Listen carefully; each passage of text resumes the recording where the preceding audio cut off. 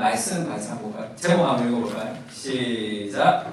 불의한 재물로 친구를 사귀라. 오늘 정의사역의 이제 마지막 오늘로 시리즈 좀 마무리하려고 합니다. 누가복음 16장 1절에서 13절까지인데 우리 한 절씩 한번 읽어볼까요? 제가 먼저 읽겠습니다. 또한 제자들에게 이르시되 어떤 부자에게 청지가 있는데 그가 주인의 소유를 낭비한다는 말이 그 주인에게 들릴지라. 주인이 그를 불러 이르되 내가 너에게 하여 그 민망이 없으리라. 내가 어떤 일을 생하라. 청지기 직무를 가져가라 하니 청지기가 속으로 이르되 주인이 내 직분을 빼앗으니 내가 무엇을 할까? 땅을 파자니 힘이 없고 빌어먹자니 부끄럽구나.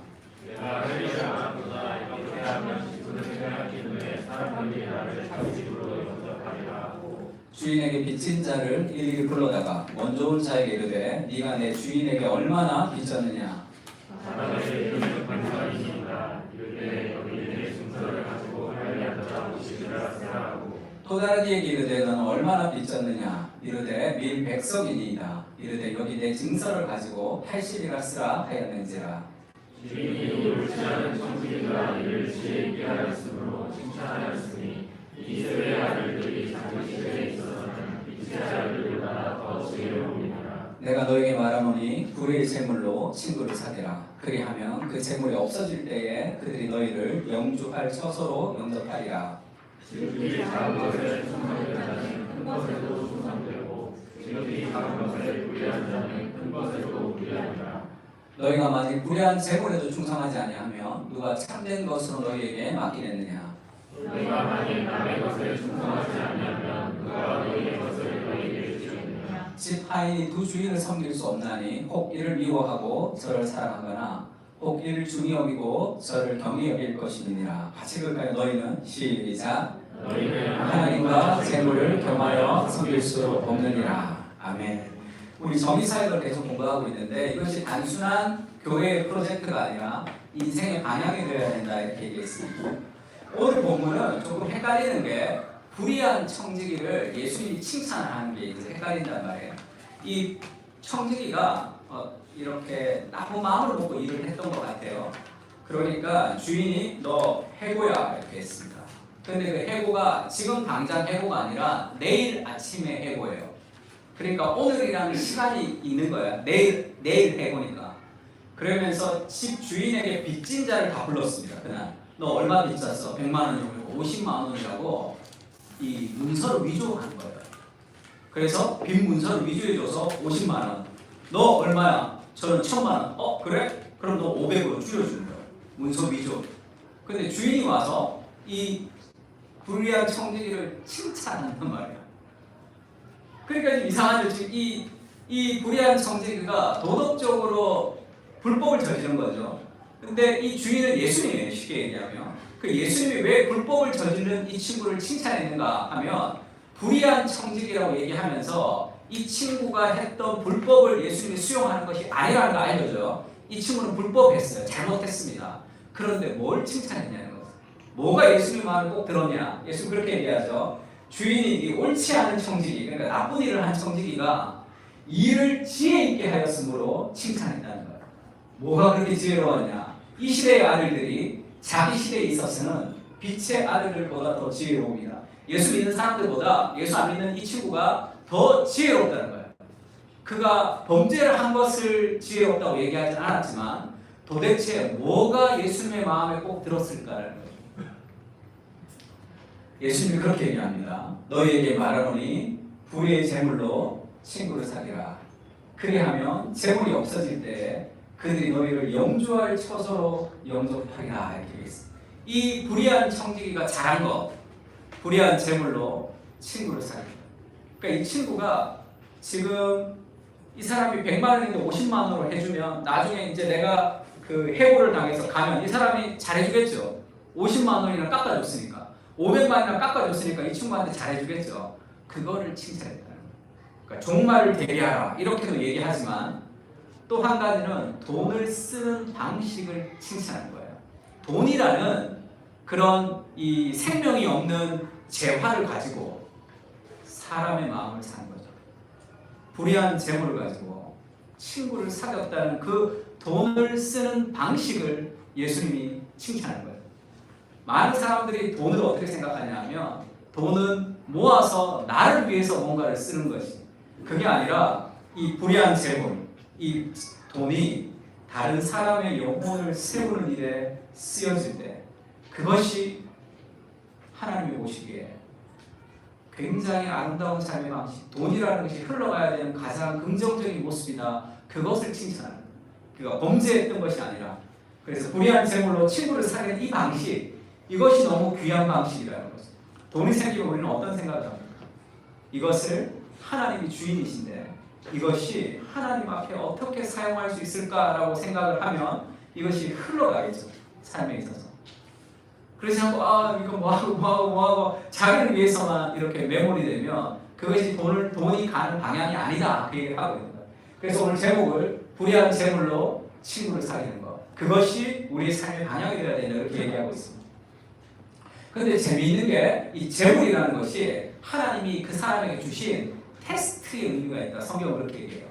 그러면서 지극히 작은 것에서 충성된 자는 큰 것에 충성되고 지극히 작은 것에 불의한 자는 큰 것에도 불의하다는 거예요. 그러니까 돈도 내가 잘 못 쓰면서, 돈을 잘 관리하지 못하면서 어떻게 더 큰 일을 하나님이 맡기겠느냐, 그렇게 얘기하는 거예요. 돈이라는 것이 신앙의 어떤 성장을 위한 테스트의 역할을 한다는 거예요.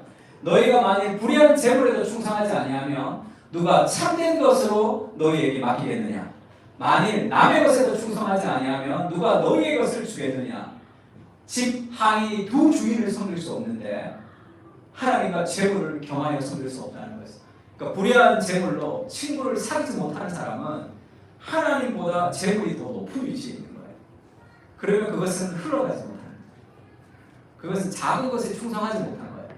그러면 하나님 앞에 큰 것을 주지 못하는 이 돈이란 재물이 흘러가는 삶의 방식이 삶의 테스트라고 그렇게 이야기하는 거예요. 그래서 보물을 땅에 쌓지 말고 하늘에 쌓아두라, 이 말도 다 똑같죠. 그것을 사람을 세우고 섬기는 영원한 가치에 투자하라, 그렇게 얘기하고 있습니다.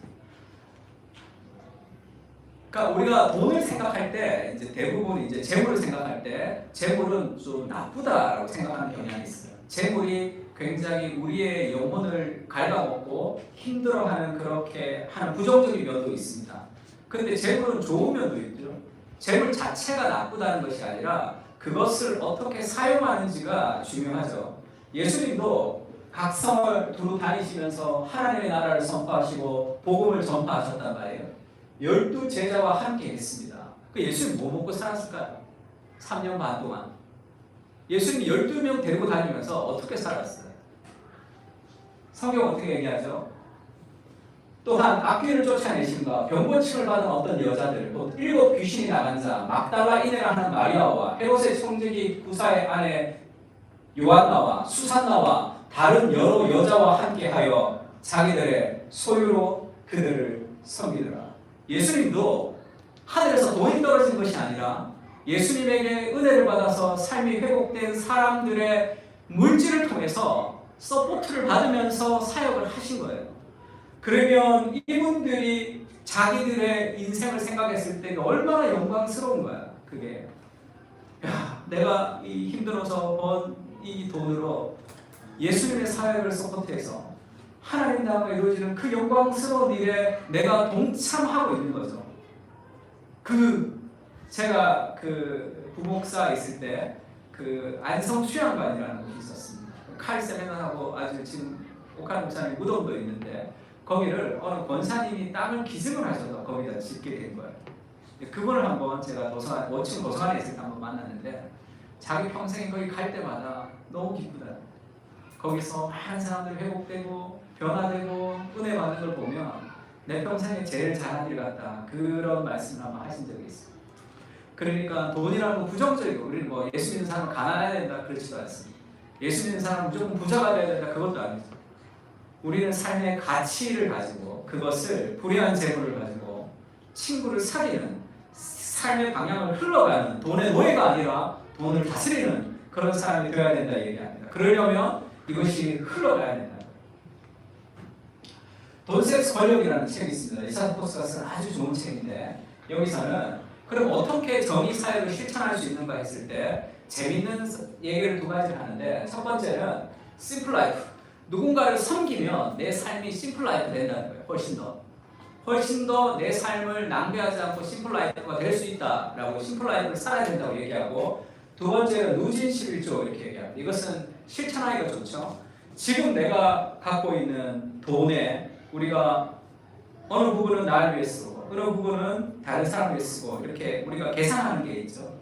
그 계산대로 우리가 사람들을 위해서 많이 사용은 하지만 한계가 있죠. 그러나 우리가 성실하게 살아가면 이 수익이 올라간단 말이에요. 수익이 올라가면 올라갈수록 나를 위해서 사용돼야 될 퍼센테이지와 다른 사람을 위해서 사용할 삶의 퍼센테이지를 미리 계산하는 누진으로, 그렇게 해서 돈 많이 벌면 많이 벌수록 생활비라는 것은 일정 이상의 계속 치솟지 않죠. 그러니까 그것을 계속 흘려보내는 삶을 살아가는 삶을 결단하는 거죠. 각 사람의 그런 월급과 그 다음에 각 사람의 능력과 그것과 그 모든 삶의 그런 자신의 환경을 고려하면서 이것이 올라가면 올라갈수록 더 많은 사람을 섬길 수 있겠다고 계획하는 것은 굉장히 좋습니다. 이렇게 계획하고 이런 삶을 살면 훨씬 더 많은 부와 능력을 얻을 수 있는 확률이 어마어마하게 많죠. 자기 자신을 위해서 노력하는 사람과 다른 사람을 위해서 노력하는 사람은 삶의 질이 다르게 되어 있습니다. 근데 문제가 뭐냐면 지금 이 데이비드 폴리슨이 쓴 그 논문 중에 Idol of the Heart and Vanity Fair이라는 그런 논문이 있습니다. 팀 켈러가 이 논문을 발표하는 걸 듣고 우상 숭배에 대한 개념을 이제 깨달았던 거죠.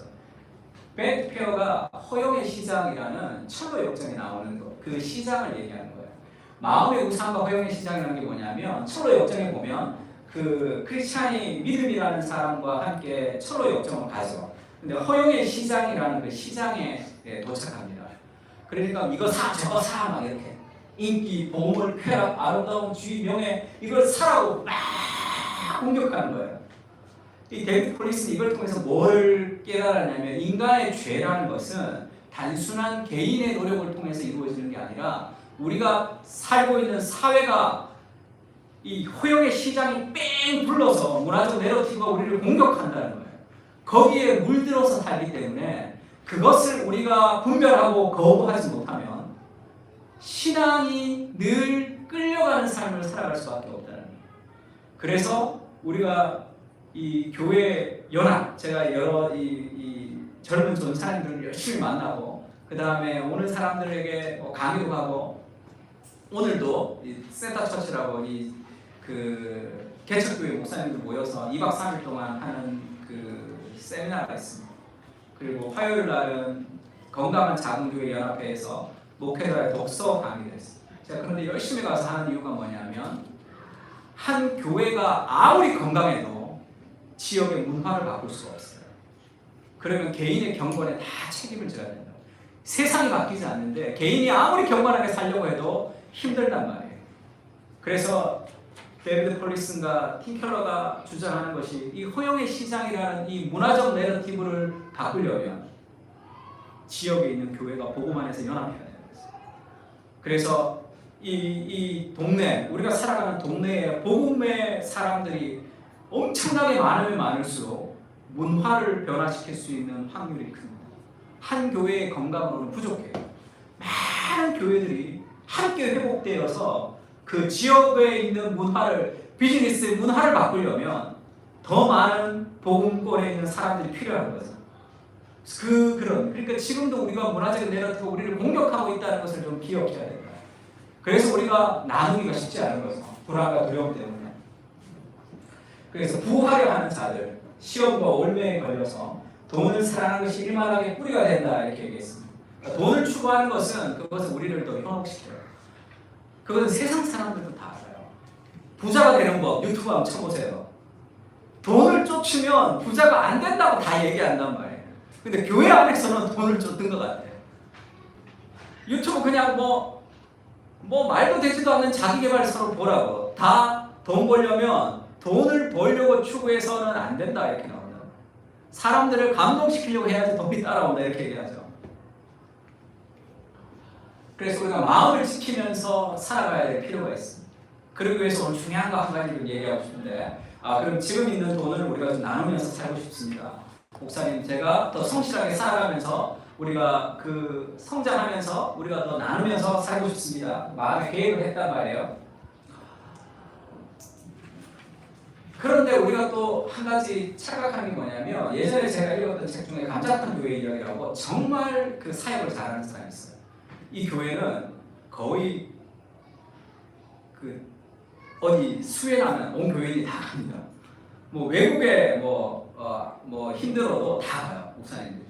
그래서 굉장히 그런 사회 사역으로 유명한 교회예요. 이 목사님이 우리나라 재난협회 회장인가 그래요. 재난이 터지면 이 교회에서 다 가서 다 세팅하는 정말 좋은 교회.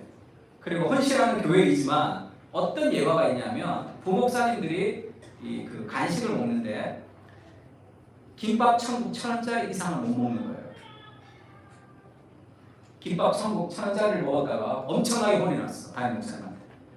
그러니까 부목사들은 1,000원짜리 먹으면서 굶으면서 그 돈을 가지고 이제 구제하고 사역을 한다는 거예요. 제가 이 책을 읽으면서 그런 생각이 들었습니다. 저 교회는 안 가고 싶다, 그런 생각이 들었습니다. 저 교회는 안 가야 되겠다는 생각이 들었어요.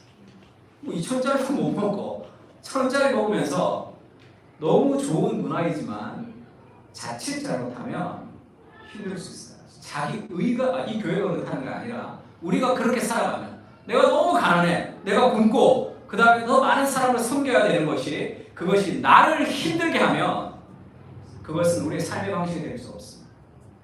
그러면 그것은 내 의가 되면 나중에는 분노가 폭발해요. 내가 하나님 앞에 이렇게 헌신했는데 왜 나는 이렇지라는 그런 마음이 든단 말이에요.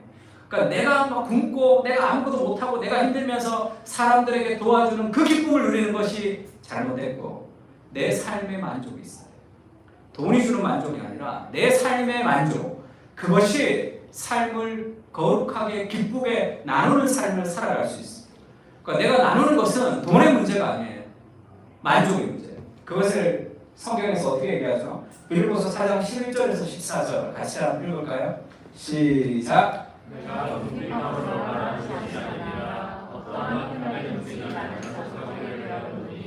나는 비천에 처할 줄도 알고 풍부에 처할 줄도 알아. 모든 일 곧 배부름과 배고픔과 풍부와 궁핍에도 처할 줄을 아는 일체의 비결을 배우노라.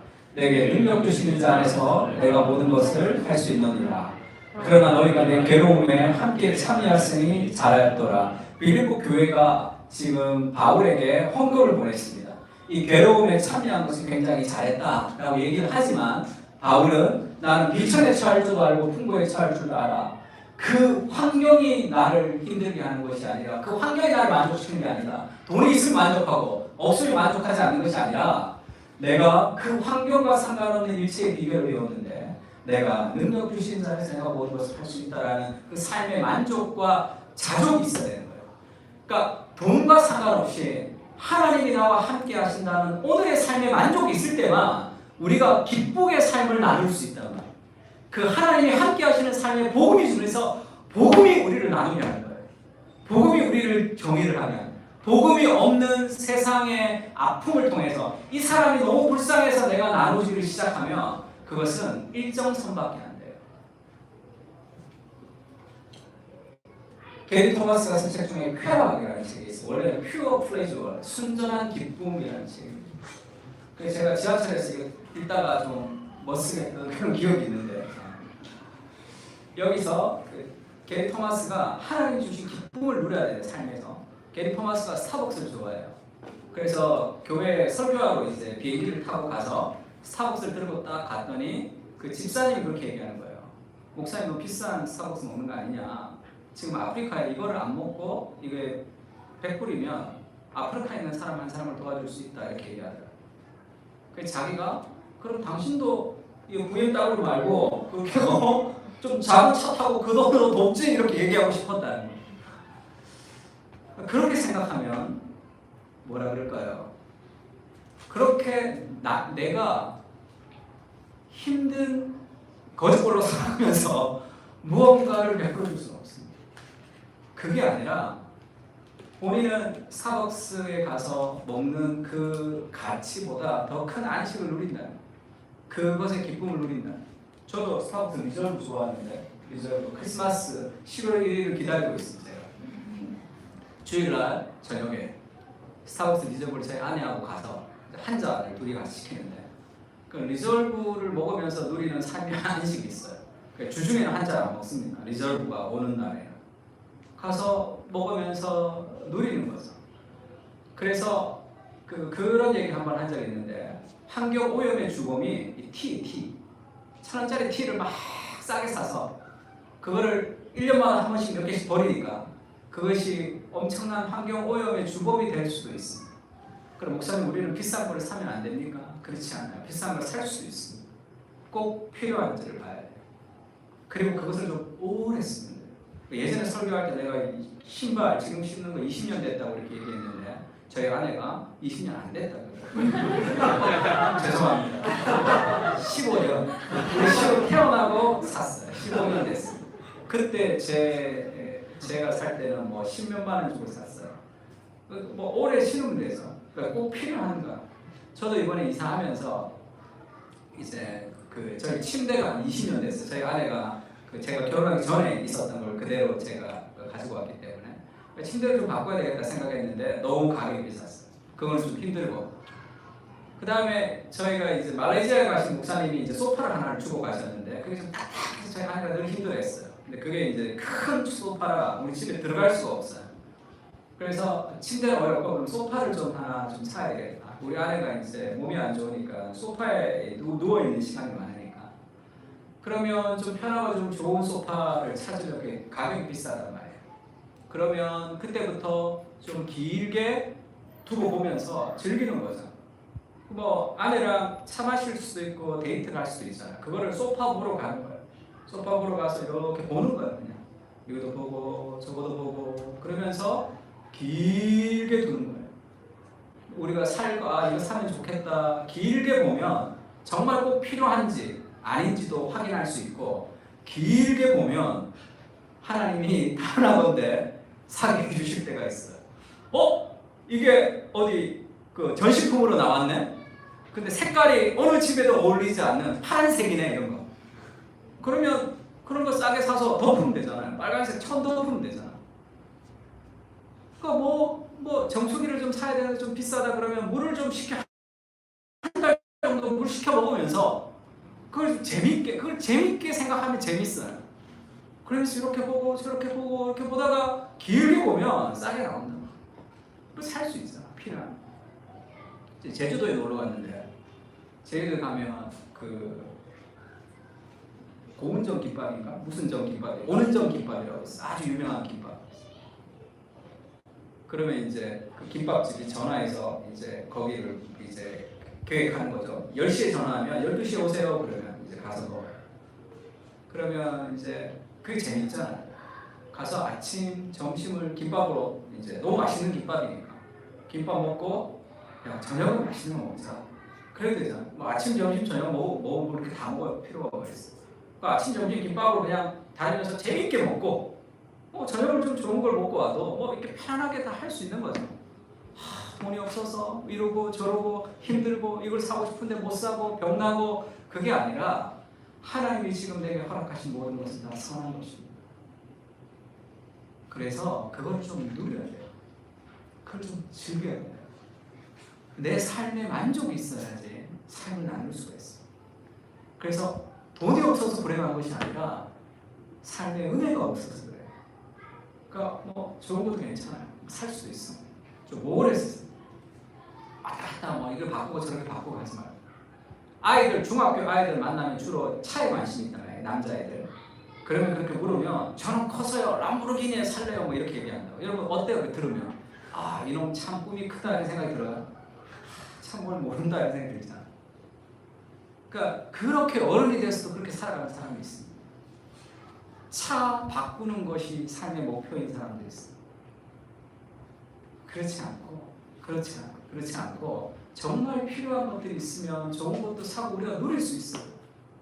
그러나 내 삶의 만족이 있어요. 오늘의 삶의 만족. 그 얘기했죠. 월급을 받았을 때 너무 작다 이렇게 생각해서는 안 돼요. 감사가 있어요. 감사. 내가 일한 것보다 덜 받는 게 맞죠. 내가 받는 것보다 더 많이 일하는 것이 크리스찬으로서의 정상적인 방식입니다. 너무 안 주는 악덕 고용주에게는 우리가 뭐 대모도 할 수 있고 얘기도 할 수 있지만 그 자체를 너무 불평과 불만 가운데 살아가는 것은 하나님이 내게 주시는 삶의 섭리를 무시하며 살아가는 삶의 방식일 수도 있는 거예요. 존 칼빈이 기독교 강요에서 이미 100년 전에 이렇게 얘기했죠. 사람이 자신의 시트와 셔츠와 손수건과 냅킨에 좋은 옷감을 써도 되는지 의문을 품기 시작하면 이게 이렇게 좋은 거 써도 되냐 의문을 품기 시작하면 결국 그보다 낮은 옷감에 대해서 마음이 불안해지죠. 냅킨 없이도 식사할 수 있고 손수건 없이도 지낼 수 있지 않을까 하는 생각으로 마음이 어려워질 것이다. 그렇죠. 이것도 가난한 사람 더 해야 되고 그렇게 해야 되니까 맛있는 음식을 부당하게 여기면 결국 박한 음식을 먹어도 하나님 앞에서 마음이 평안하지 못할 것이다. 더 못한 음식으로도 몸을 연명할 수 있으니까 말이다. 결국 더 물 먹는 것 외에 것에도 더 좋은 것에 감히 손도 대지 못할 것이다. 이거 먹고 내가 가난한 사람 도와야 되는데 그러면 이거는 정신병이에요. 이렇게 되면 이거는 병이라고. 그것을 통해서 내 삶의 만족을 얻는다는 거예요. 그것을 통해.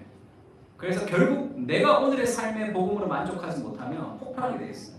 내가 어떻게 했는데 삶이 이렇게 되느냐라는 그래서 우리가 삶을 한 번 나누는 프로젝트가 아니라 우리가 인생을 나누는 삶, 불의한 재물로 친구를 사귀는 삶을 살려면 복음이 주는 만족이 있어요.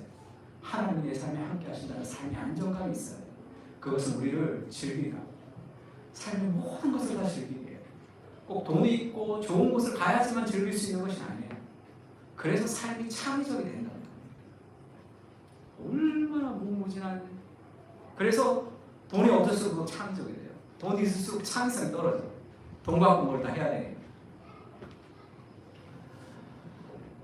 그리고 또 한 가지 기억해야 될 것은 우리가 가진 재산에서 삶을 나누는 것. 더 많이 벌수록 나누는 것을 계획해야 될 때가 있지만 또 특별한 때는 예수님에게 향유를 다 깨뜨린 것처럼 하나님이 과감하게 우리의 삶의 헌신을 도전하실 때도 있습니다. 내 삶이 좀 많이 힘들어지지만 무언가를 해야 될 하나님이 주시는 때가 있긴 있어요. 그때는 헌신할 필요가 있어요. 그 하나님 우리 인생에 주시는 어떤 기회일 수도 있어요. 제가 그 얘기 한번 한 적이 있죠. 제가 대학을 못 가고 24살까지 군대를 갔다 와서 고등학교 졸업하고 아무것도 못하고 있었어요. 그래서 제 친구가 장신대를 다녔는데 자기 졸업반에 교육전도사를 하고 있었어요. 근데 제가 예배를 드리기 직전에 내 친구가 서울에 갔다가 걔를 만나고 온 거예요. 걔를 만나고 와서 이 봉투를 하나를 예배 직전에 줬어요. 봉투를 하나를 줬는데 편지가 하나 이렇게 써 있었습니다. 상서가 나는 네가 공부를 했으면 좋겠다 이렇게 써 있고 54만 원이 들어 있었어요. 걔가 월급 60만 원이었고요. 11조 떼고 다 나한테 보낸 거예요. 처음에 그런 생각이 얘 뭐 먹고 살까 이런 생각이 확 들었어요. 뭐 내가 상황을 다 아는데 형편을 다 아는데 그때가 9월 말이었는데 11월에 숨을 쉬고 있었어요. 뭐 54만 원을 가지고 뭐 학원을 다닐 수도 없고 뭐 할 수는 없죠. 교과서를 다 샀습니다. 고등학교 교과서를 다 사서 그때 2달 공부하고 제가 대학 들어갔어요. 지금 생각하면 그 타이밍에 그 돈이 없었으면 그냥 그 해가 지나가고 일을 하거나 취직을 하거나 그렇게 됐을 수도 있겠죠. 그러면 지금의 내 인생과는 완전히 다른 인생을 살 수도 있었겠죠. 그에게 주시는 하나님의 마음이었다고 생각합니다. 제가 그걸 아직도 잊지 못해요. 너무 고맙다고 얘기했더니 그 친구는 뭐 별것 아닌 것처럼 생각해요. 뭐 오래 지났으니까 벌써 그것이 30년도 더 지난 일이니까. 그럴 때가 있죠. 하나님 주실 때가 있습니다. 그때는 이것저것 계산하지 말고 우리가 좀 뛰어들어야 될 때도 있습니다. 그래서 마지막으로 우리가 이 정의 사역을 마무리하면서 왜 이런 정의 사역을 우리가 해야 되느냐? 하나님의 나라를 이루는 일이기 때문에, 가난한 사람을 도와줘야 되기 때문에, 그것도 맞겠죠. 근데 내가 목회자라서 우리 교인들에게 정의 사역을 시리즈로 하는 가장 궁극적인 목적은 그것이 우리의 인생을 가장 행복하게 살아가는 삶의 방식이고, 그것이 내 인생이 하나님 앞에 하나님의 역사를 경험할 수 있는 어마어마한 삶의 능력을 경험할 수 있는 일이기 때문에 그렇습니다. 하나님의 부유하심을 좀 경험해요. 왜 말씀도 읽고 기도도 하고 예배도 드리고 삶을 살아가는데 뭔가 삶이 냉랭한지 알아요. 운동이 없어요. 삶에. 내 삶에 하나님이 주시는 삶에 모험이 없는 거예요. 하나님이 파도를 열어주시는데 그걸 타지는 못하는 거예요.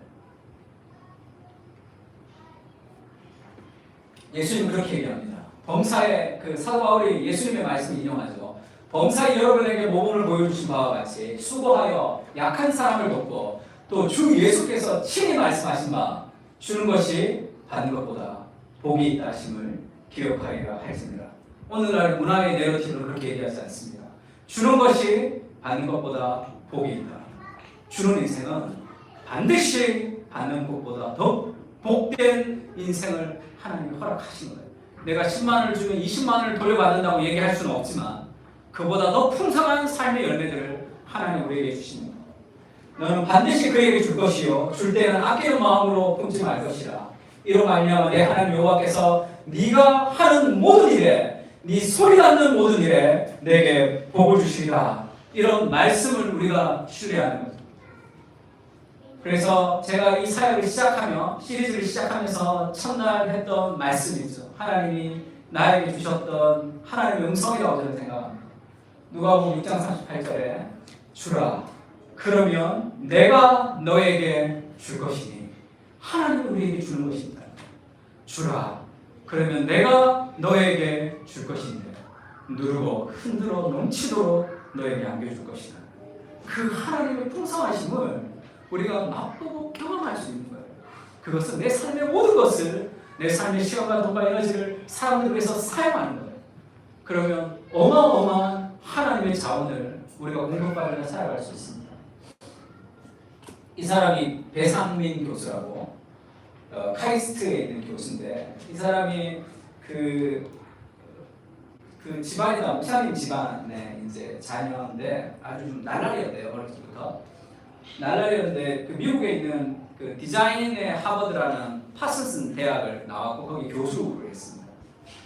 그래서 뉴욕에서 아주 유명한 디자이너들과 최고의 디자이너와 최고의 클라이언트와 함께 자기가 뉴욕에서 일하는 동안 하루 3시간씩 잤대요. 그러면서 엄청나게 일을 해서 디자인 어워드, 4대 어워드가 있습니다. 거기에 2번 1등을 했어요. 자기가 어마어마하게 3시간 자면서. 그랬는데 어느 날 자기가 그 여행을 갔는데 지구 반대편 있는 유럽의 어느 날에 이 코닥 카메라를 누가 만지는데 자기가 디자인한 걸 만지고 있더라고요.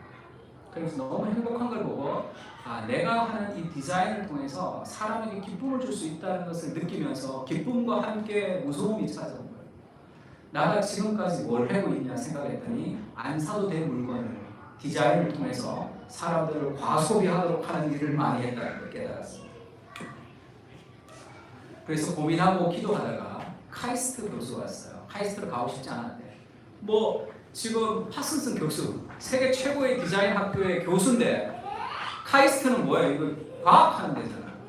그러니까 이게 별 의미가 없었는데 다른 데 좋은 데도 많았는데 하나님이 그곳에 부르셔서 이 카이스트로 왔단 말이에요. 연봉이 너무 적었대. 한 10배 차이 나더래요. 그게 받는 거고. 카이스트에 와서 이제 회식 자리를 갔는데 처음에 회식 이제 새로운 교수가 왔으니까 그 백세주라고 있대요. 백세주라고. 아는 사람들이 몇 명 있는 것 같은데 백세주라고 그 소주가 그냥 일반 소주를 이렇게 거꾸로 놓으면 도수가 차이가 나서 이렇게 돈대요.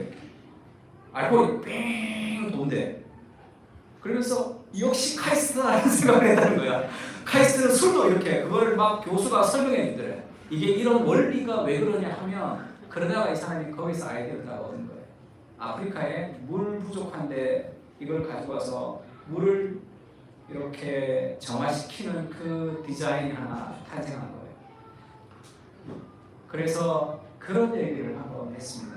이 3D라는 것은 하나님을 향해서 이 드림, 꿈을 꾸며 그리고 그 꿈을 통해서 내 삶을 디자인하며 내 삶을 도내 나눌 수 있는 풍성한 삶이 된다는 건데 창의적인 일을 하는 모든 크리스찬에게 창의적인 하는 일, 모든 다 창의적인 일을 해야 되죠. 우리가 뭐든 뭘 하든 그런 얘기를 해요. 자기가 10년 동안 3시간 자면서 최고의 클라이언트와 최고의 사람들과 3시간 자면서 일했는데 그 어워드를 2번 탔어요. 카이스트 와서 카이스트 뭐 아무것도 없죠. 새로운 자극이 없는 거기서 53번을 탔습니다. 주는 데마다 상 타는 거예요. 왜냐하면 돈이 없어서 여기 돈이 없으니까 이제 어워드 나가면 2천만 원씩 주죠. 연구비가 없어서 그러니까 지원한 것도 있는데 여기서 거기서 내가 평생 노력해서 2번 탄 것을 여기 카이스트 와서 어떻게 50몇 번을 타게 됐냐는 거죠. 이 사람 그렇게 얘기해요. 내가 내 디자인을 하나님을 위해서 사용해야 되겠다고 생각하고부터 하늘에서 하나님께서 디자인을 부어주셨다. 그러면서 모든 사람들이 그렇게 얘기해요. 너도 다 할 수 있는데 그걸 우리가 제한하기 때문에 이렇게 얘기합니다. 하나님이 부어주셨다는 말도 맞고 또 한 가지 왜 그렇게 53번의 어워드를 이 카이스트에서 막 이루어지느냐 하면 이 사람이 이제 아프리카에서 지금 그 돕는 일을 해요. 그러니까 지금 롯데 사장입니다. 롯데 디자인 사장이에요. 롯데에서 디자인으로 환경 친화적인 디자인을 하고 싶어서 기업이 문화를 바꿔서 거기 사장도 됐습니다. 아프리카에 가서 사람들을 도와야 되는데 도우려면 기술이 필요하잖아요. 장비를 가지고 갈 수 없죠. 카이스트 아이들이 공부를 한 아이들을 데리고 가서 거기서 현지의 재료를 가지고 뭔가를 만들어요. 그러니까 과학과 디자인이 만나기 때문에 어마어마한 일들이 많은 거죠. 자기는 카이스트 오는 것이 별로 안 좋았는데 카이스트로 와보니까 그 어떤 디자이너도 따라갈 수 없는 일들을 계속 만드는 거예요. 그리고 흙 가지고 뭐를 만들어서 뭘 구워서 뭐 해서 뭐를 디자인해서 뭘 만들면 그걸 가지고 사람들이 쓸 수 있는 뭐가 나온다. 세상도 돕고 그리고 제품을 판매도 하면서 근데 그게 왜 그렇게 되냐 하면 하나님이 그냥 이 사람에게 특별히 부어주셨다 그게 아니라 다른 사람을 위해서 무언가를 사용하면 어마어마한 아이디어가 되어 부어지는 것이 그게 정상이란 말이에요. 제가 읽었던 책 중에 그 김경이라는 아주대 교수가 쓴 책이 있습니다. 심리학의 지혜라는 책이 있는데 거기 보면 상위 1%, 우리나라에서 상위 1%, 0.1%죠. 수능 성적 1등부터 500등까지, 700등까지를 모았대요. 0.1%의 비결이 뭐냐 해서 EBS에서 한번 반응한 적이 있습니다. 그래서 엄청나게 조사를 했어요. 이 0.1%의 공부 잘하는 애들은 뭐가 다를까? PD가 찾아왔대. 다른 게 없다는 거야. 아무리 해도 다른 게 없다는 거예요. 비슷비슷하죠. IQ도 비슷하고. 근데 이 교수님이 이제 하나의 시험을 했어요. 20개의 단어를 가지고 이제 20개 중에 몇 개를 외울 수 있냐 하면 뭐 상위 1%나 아닌 사람이나 비슷해요. 뭐 17개, 15개 다 비슷해요. 근데 상위 1%가 뭐가 다르냐면 하기 전에 너 몇 개 정도 다 보고 너 몇 개 정도 맞출 수 있겠냐 그러면 15개요, 12개요 하면 오차 범위가 크잖아요. 다른 사람들은 19개요 하면 7개 이렇게 오차 범위가 크다는 거예요. 그거를 요즘에는 메타인지라고 그러죠. 메타인지. 자기 자신에 대해서 이제 평가하는. 그러니까 쉽게 얘기하면 내가 뭘 모르고 뭘 아는지를 아는 그게 이제 지혜라고 하는데 그 지혜가 어떻게 발생되느냐. 지식은 정보고 지혜라는 것은 이 심리학에서는 내가 가지고 있는 이 정보와 이 정보를 연결해서 이 문제를 해결하는 것을 지혜라고 얘기합니다. 그럼 이게 연결이 돼야 돼요. 창의성이라는 것은 다 연결이에요. 우리가 하나님같이 무에서 유를 창조하진 않죠. 세상에 창의적이라는 건 다 연결입니다. 이것과 저것의 연결이에요. 핸드폰과 노트북을 연결하면 아이패드가 나오는 거죠. 연결이 창의성이 연결해서 나오는 거죠. 그럼 이 상위 1%의 사람들이 왜 그런 메타인지를 잘 가지게 되냐는 거죠. 그거는 남들한테 설명하게 돼요. 그래서 지금 실리콘밸리 같은 데서 실리콘밸리나 그 유명한 그런 그 세계 최고의 뭐 디자이너나 그런 기술이 있는 사람들이 주로 뭐 하죠? 애들 학교 가서 재능 기부하죠. 애들 학교 가서 자기들이 하는 것들을 설명한단 말이에요. 그거를 걔들을 위해서 하는 게 아니라 자신들을 위해서 한다. 그렇게 자기가 가지고 있는 지식을 잘 모르는 분야의 어린 아이들한테 설명할 때 이쪽에 있는 것과 이쪽에 있는 것이 연결된다. 그래서 정말 그런 삶의 지혜가 있는 사람들을 쭉 보면 다 이타적인 거죠. 왜? 설명을 찾아오니까 설명을 해줘야 되잖아.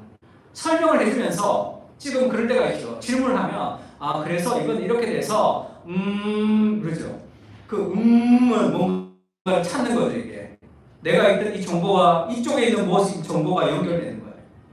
그러면 하면서 하고 하면서 더 지혜로워져요. 그래서 이 사람이 어떻게 하나님이 막 부어주셨다, 뭐 하나님이 부어주시는 것도 있지만 그것은 내 삶을 이타적으로 살아갈 때, 삶을 나눌 때 엄청난 하나님의 일들과 아이디어들은 일어나게 되어 있습니다. 그건 다양한 겁니다. 저도 목사님들 강의하는 걸 지금 이렇게 생각해 보면 제가 강의 준비 많이 안 하거든요. 뭐 목회를 해야 되니까 거기에 시간 많이 쓰지 않는다고. 근데 목사님들에게 강의를 해야 되니까 그냥 성도들에게 강의하는 것보다 더 공부를 많이 해야 될 것 같은데 저는 그렇게 시간 많이 쓰지는 않습니다. 왜 그런가 생각해 보면 내가 젊은 목사님들이 오면 계속 상담하고 얘기하고 밥 사주고 하면서 그것들이 이렇게 자라간 거 아닌가, 내가 그 생각이 좀 들었어요. 내가 그들을 돕는 것이 아니라 그들이 나를 더 지혜롭게 하는 거예요. 이번에 독서 강의를 하는데 누가 그렇게 물었어요, 저한테. 목사님은 독서의 스펙트럼이 너무 넓습니다, 이렇게 얘기했어요. 어떻게 독서를 계획하십니까? 이렇게 묻더라고요. 어떻게 계획하겠냐? 계획 안 하지. 계획 안 하지. 어떻게 계획해? 매주 설교를 해야 되니까, 설교를 해야 되는데 우리 성도들이 다양한 사람들이 있으니까 성도들에게 필요한 책을 읽는 것 뿐이죠. 뭘 계획을 해? 계획을 하기는. 내가 지금 이 영역을 읽었으니까 이 영역을 읽어야지. 그런 거 없어요. 그냥 각자 다른 삶을 살아가니까 각자 다른 삶을 살아가는 직장인들, 그리고 그런 삶을 살아가는 이제 젊은 엄마들, 그 필요들이 있으니까 책을 읽는 거죠. 그래야지 내가 알 수 있으니까. 그냥 목회하면서 여러분들이 저를 더 지혜롭게 했던 것뿐이에요. 그렇게 당연한 건데 우리의 삶을 정의사역, 내 삶의 시간과 돈과 에너지를 다른 사람을 위해서 사용할 때 하나님 우리 인생에 어마어마한 능력들을 부어주십니다. 그걸 좀 누리는 거예요. 하나님이 내 인생을 통해서 역사하시는 그 일들을 좀 누리는 거죠. 그래서 기쁘게 나눌 수 있는 거예요. 그 나눔이 내 인생을 더 풍성하게 합니다. 시리즈는 마치지만 우리의 평생을 삶을 나누는 그런 하나님의 사람들로 좀 살았으면 좋겠습니다. 한번 기도했으면 좋겠는데요. 하나님의 크심을 좀 기억하면서 좀 그 하나님의 의도와 함께 하시고 이걸 나누면 어떻게 될까가 아니라 내 삶을 다 좀 나누세요. 하나님께서 끝없이 우리의 삶에 부어주시는 그 노래를 좀 경험하며 살았으면 좋겠습니다. 말씀 생각하면서 같이 한번 기도할까요? 하나님의 위대하심과 하나님 우리의 삶을 나누는 삶의 불안함들을 해소하는 그런 하늘의 능력이 우리의 삶 가운데 통과하는 그런 은혜에 가득한 삶을 살고 싶다고 같이 한번 기도했으면 좋겠습니다. 기도하겠습니다.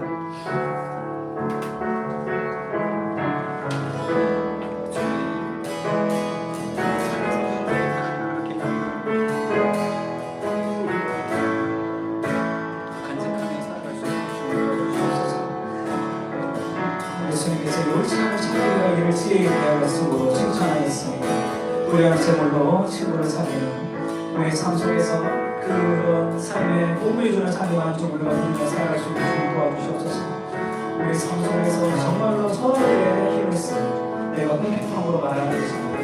내가 어떠한 형태는 되게 자족함을 배웠는데 나는 빛을 찰주가 기쁨의 찰주가 오늘 곧 배고픔과 배부름과 힘과 함께 찰주라는 이치의 인가를 들고 내게 능력 주신 자 안에서 내가 모든 것을 할 수 있습니다. 주님, 우리의 삶 속에서 우리의 한계에 갇혀서 우리의 재정의 한계, 우리의 육체의 한계, 우리의 능력의 한계에 갇혀서 살아가는 인생이 아니라 하나님의 복음의 통로로 살아갈 수 있게 주님 도와주셔서 우리의 마음을 열어주시고 우리의 눈을 열어주시고 우리의 생각을 열어주셔서 주님께서 우리에게 주신 귀한 복의 통로로 하나님의 내 삶과 내 인생을 통과하시는 그런 하나님의 부여하신 그런 마음을 누리며 살아갈 수 있게 주님 도와주셔서 예수께서 친히 말씀하신 바 주는 것이 받는 것보다 복이 있다 하시는 그런 기억하며 살아갈 수 있게 너는 반드시 그에게 줄 것이요 줄 때는 아끼는 마음을 품지 말 것이며 이로 말미암아 하나님 여호와께서 네가 하는 모든 일에 이 소리나는 모든 일에 내게 복을 주시리라. 그토록 부유하게 되는 사람 아무리 안 그래도 가난하게 되는 사람이 있습니다. 주님 부자기를 좋아하는 사람을 부족하게 줄 것이고 남을 택하게 하는 사람을 자기를 택하게 줄 것이라. 주님의 말씀을 기억하면서 하나님 우리 인생 가운데 역사하시는 그런 하나님의 풍요로 우리가 생명을 주님 도와주시고 우리의 시간과 공간의 것들을 우리가 하나님과 하나님의 생활에서 모든 사람들은 은혜의 사람들이 될 수 있도록 우리를 도와주셔서 주께서 우리에게 풀어주시는 그런 은혜의 복들을 우리가 마음껏 누리며 우리의 인생을 통해서 역사하시는 하나님의 역사를 경험하며 우리가 살아갈 수 있도록 주님의 은혜를 주시고 함께하여 주시옵소서.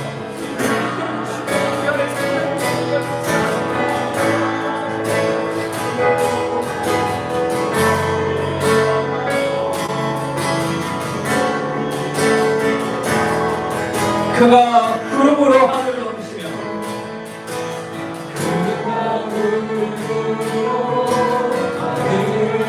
남은 위하여 우리 준비하시니 그가 구름으로 하늘을 덮으시고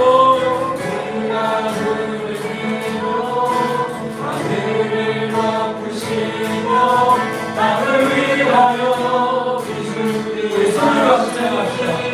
그가 구름으로 하늘 덮으시며 주가 일하시네 주께 아끼지 않는 자에게 주가 일하시네 주가 일하시네 주가 일하시네 신뢰하며 얻는 자에게 주가 일하시네 주가 일하시네 주가 일하시네 주께 아끼지 않는 자에게 주가 일하시네 주가 일하시네 신뢰하며 얻는 자에게. 하나님 감사합니다. 주께서 성경에 갇혀있는 하나님이 아니라 2000년 전에 계셨던 하나님이 아니라 오늘도 전능하신 하나님으로 우리 삶 가운데 역사하시는 하나님인 것을 우리가 신뢰합니다. 하늘을 보지 않고 땅을 바라보며 세상의 방식으로 협소하게 살아가는 우리의 삶에 눈을 열어주시옵소서. 내 것을 지키며 자기를 피해가며 내 것을 고수해야지만 경쟁에서 이긴다고 말하는 그런 세상의 방식과 다른 새로운 판에서 우리가 살아갈 수 있도록 주님 도와주셔서 눈을 열어 하나님을 위하시는 하나님을 광대하시는 그분의 크심을 바라볼 수 있게 주님 도와주시고 오늘도 연약한 인생을 통해서 위대한 일을 행하시는 그 하나님의 능력을 우리의 삶을 통해 경험할 수 있게 주님 도와주시고 우리의 작은 인생을 통해서 우리의 작은 물질과 시간과 우리의 에너지를 통해서 위대한 하나님의 나라가 이루어지는 그 일에 우리가 힘쓰며 살아갈 수 있게 주님 도와주시고 그것을 통해서 우리와 우리의 자녀들과 우리의 가정이 하나님의 축복을 경험하는 그런 놀라운 하나님의 역사의 가운데서 감격하며 살아갈 수 있게 주님 인도하여 주옵소서. 세상 고통하며 여전히 아파하는 사람들이 있습니다. 주님 우리가 복의 풍부가 되어서 하나님의 사랑하는 자녀 귀한 믿음의 사랑으로 살아갈 수 있도록 은혜를 베풀어 주시옵소서. 설교는 끝이 나지만 우리의 평생을 불의한 재물을 가지고 친구를 쌓이는 귀한 믿음으로 살아가는 복음의 만족으로 삶의 어려움으로 풍족히 사람들을 섬기는 그 그런 주님의 통로가 될 수 있게 은혜를 베풀어 주시옵소서. 이제는 우리 주 예수 그리스도의 은혜와 하나님의 크신 사랑과 성령님의 교통하심이 우리의 삶을 통해 하나님의 역사를 전달하는 복의 통로가 되기를 다시 한번 돌아가는 사랑하는 그 사랑교회 교인들 모이기에 이제부터 영원까지 함께